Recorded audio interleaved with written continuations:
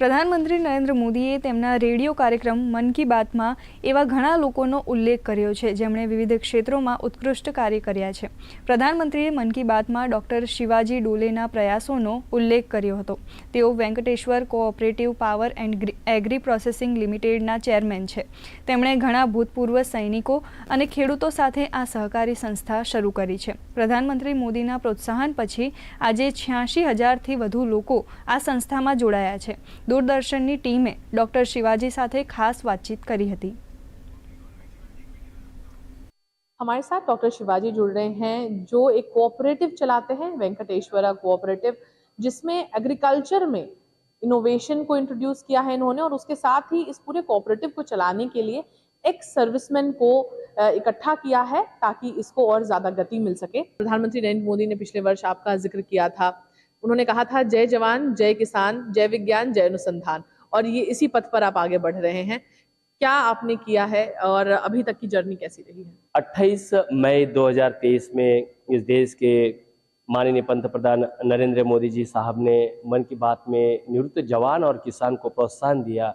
मन की बात में उन्होंने बात जो की, तब से लेकर अभी तक इस Venkateshwara cooperative power and agro processing limited संस्था ने 528 एकड़ क्षेत्र मालेगांव अजंगवडेल डिस्ट्रिक्ट नासिक स्टेट महाराष्ट्र में ये जो डेवलपमेंट किया है, ये इस देश के लिए एक प्रेरणादायी है, क्योंकि ये ऐसी पहले इस देश की संस्था है कि जिसके अंदर निवृत्त जवान और किसान जुड़े हैं, वो भी फार्मिंग मतलब खेती कर रहे हैं, वो भी ऑर्गेनिक रेसिड्यू फ्री खेती कर रहे हैं। दूसरी बात यह है कि देश के पंतप्रधान जी ने जब 28 मई में जब 18,000 मेंबर्स जुड़े हैं ये बात बोली थी, तो आज ये जो 20/9/2024 है, तो आज आप देखा जाएगा तो 86,500 से ज़्यादा मेंबर पूरे हो चुके हैं।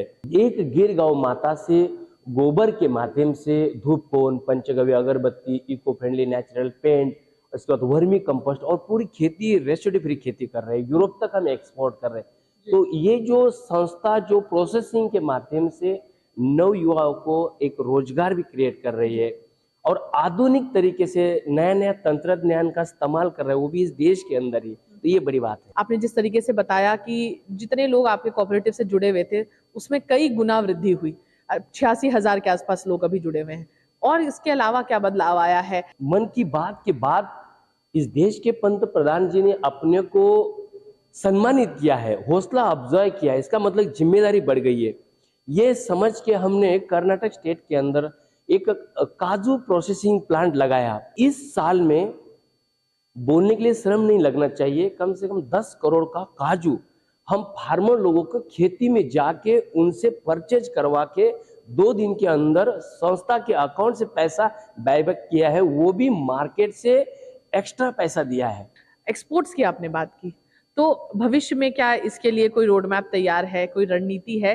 पहला रोल मॉडल हम अपना मालेगांव में खड़ा किया हुआ है। खेती से उगाया हुआ माल को हम चुन के उसको प्रोसेस कर रहे हैं और प्रोसेस करके हम एक्सपोर्ट कर रहे हैं। हम पिछले 2 साल से जर्मनी, नीदरलैंड और गल्फ कंट्री में एक्सपोर्ट किया है, वो भी कोऑपरेटिव अपने लाइसेंस के माध्यम से। तो ये हमारे साथ वेंकटेश्वरा कोऑपरेटिव से डॉक्टर शिवाजी, जिन्होंने एग्रीकल्चर के क्षेत्र में और प्रोसेसिंग के क्षेत्र में अपने अनुसंधान से कई किसानों को जोड़ा है, और ना केवल इतना ही बल्कि एक्स सर्विसमैन को भी एक मौका दिया है ताकि वो एग्रीकल्चर के क्षेत्र से जुड़ सके और फूड प्रोसेसिंग के क्षेत्र से जुड़ सके। कैमरा पर्सन लक्ष्मण के साथ मैं मेघना देव, डीडी न्यूज़, गांधीनगर।